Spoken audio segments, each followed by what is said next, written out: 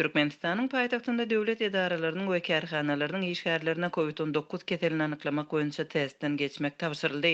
Adatlyň Aşgabatdaky habarçylarynyň maglumatlaryna görä buyruk 6 awgustda döwlet edaralaryna we kärhanalaryna berilipdir. Dün ýerden büdjet guramalary poliklinikalarda koronavirus üçin synagdan gytsagly geçmek hakynda täze buyruk aldylar. Munyň üçin maşgala lukmany işgäri laboratoriýa uğratmaly. Şol ýerden ol burundan hem bokurdagyndan sowukluk aldyryp virusyň ýokdugy barada öz işleýän ýerine resmi nama getirmeli bolmasa işlemäge ruhsat berilmeýär diýip Adatlyň habarçysy 7 awgustda habar berdi. We buyrugyň ýerine getirilmeginiň hökmanydygyny, testiň töleglüdigini hem saglyk ähtiýaçlandyryş şahadatnamasynyň bardygyna garamazdan işgäriň ony öz hasabyna etdirmelidigini beledi. Büdjet işgärleri üçin koronavirus testiniň bahasy 100 manada durýar. Habarçymyz paýtagtyň saglyk edaralarynyň işgärlerine salyglanyp ondan başga da virus tapylanda lukmanlara muny resmi namada görkezmezlik ema işgäri hassahana iýermek barada döwlet edarasyna habar bermek tabşyryldy diýip gurrun berdi. Adatlyk radioda işgärleriň köpçülikligini testden geçirmek düzgünlüğüň sebäbini we jekmejeklerini Türkmenistanyň Saglygy saklaş ministrliginden we şeýle buyrug alan döwlet edaralarynyň anyklap bilmedi. Adatlyň habarçysynyň sözlerine görä döwlet işgärleriniň özleri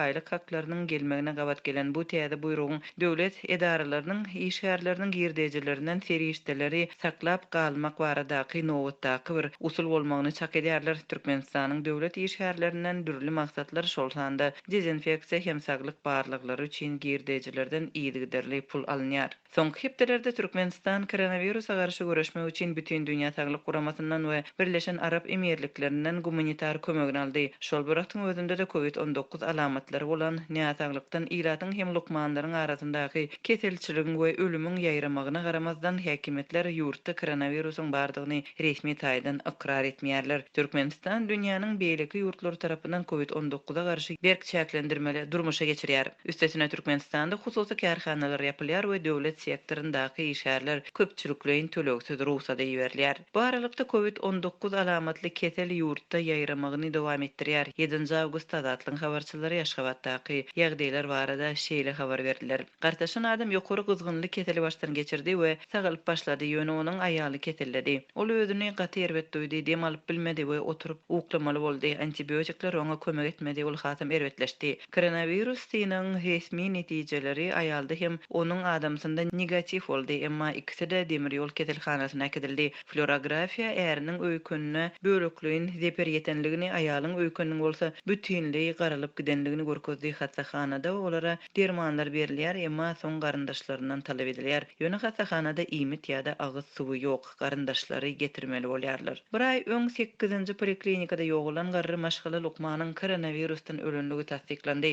Owuzhan köçesindäki Niýazow hastahanasy tutuşlugyna COVID-19 üçin işleýär we ol ýerde adam köp. Bu maglumatlary Adatlyň Aşgabatdaky habarçylary 7 awgustda gurrun berdiler. Türkmenistanyň Liwap vilayetinde daşary ýurtlardan baran adamlar ýerli karantinlere salynýar. 7 awgustda 121 adamlyk uçar Türkiýeden Türkmenabada barypdyr. Adatlyň vilayetdaky ygtybarly çeşmesiniň sözlerine görä, Türkiýeden baranlar koronavirus synagyndan geçip indi aeroportda garaşýarlar. Olaryň soň Özbekistan bilen Serkat ýakasyndaky Farab karantin zowlugyna eltilmegi planlaşdyrylýar. Çeşme gelenleriň arasynda Türkmenistanyň bir raýatynyň bardygyny, galanlaryň Türkiýanyň raýatlarydygyny habar berýär. 1 awgustda Adatlyk Istanbuldan Türkmenistana uçaryň barmagynyň planlaşdyrylýanlygyny habar berdi. Daşary ýurtdaky türkmen aktivistleriniň şonda habar bermegine görä, şol uçarda Türkiýedäki deportasiýa lagerinde saklanýan türkmenleriň şol sanda 17 ýylda Istanbulda türkmen konsullugynyň öňünde geçirilen demonstrasiýa wagtynda tutsak eden aktivist Nursultan Taganowanyň Türkmenistana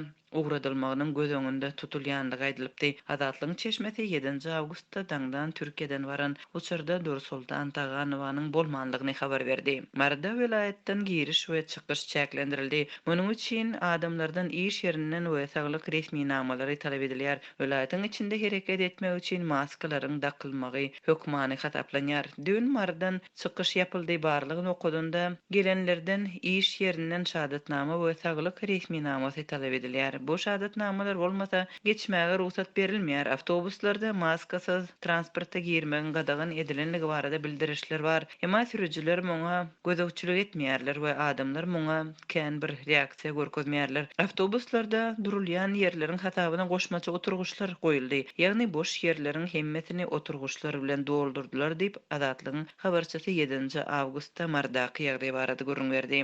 Bu vilayetde virusa garşy rimontajin dermanyny ýene-de az mukdarda ilata paýlap başlapdyrlar. 4 awgustda marda maşgaly şepagat uýalary öýlere aýlanyp virusa garşy rimontajin dermanyny muht paýlap başladylar. Şol bir wagtyň özünde de Milli Howpsuzlyk ministrliginden ýa-da polisiýadan jaň edilip derman serişdesiniň berilenliginiň soralan ýagdaý üçin aragatnaşyk maglumatlary belläp alýarlar. Derman ýaşy 60-65-den geçen adamlara berilýär diýip Azatlygyň habarçysy her adama hepdede 7 tabletkadan berilýänligini, käbir ýerlerde maşgala şepagat uýalarynyň hem lukmanlarynyň bejerigini dowam etdirmek üçin dermanlary dermanhanalarda satyn almagy ilata maslahat berýänligini belledi. Onun sözlerine görä bolup geçýän ýagdaýlar yerli ilatda ýurtda koronavirus ýok bolsa näme üçin bu derman paýlanýar diýen soragy döredýär. Könelen we peýdasy şu çaka çenli subut edilmedik rimontajin dermany Türkmenistanda iýul aýynyň başynda köpçülikliň paýlanyp başlanypdy. Öndürüji tarapyndan gödöňüne tutulan dozirowka görä bejergi üçin 30 tabletka almak hökman. Häzirki wagtda bu dermanyň her adam başyna sanlyja tabletkasy ýurduň beýleki vilayetlerinde hem paýlanýar.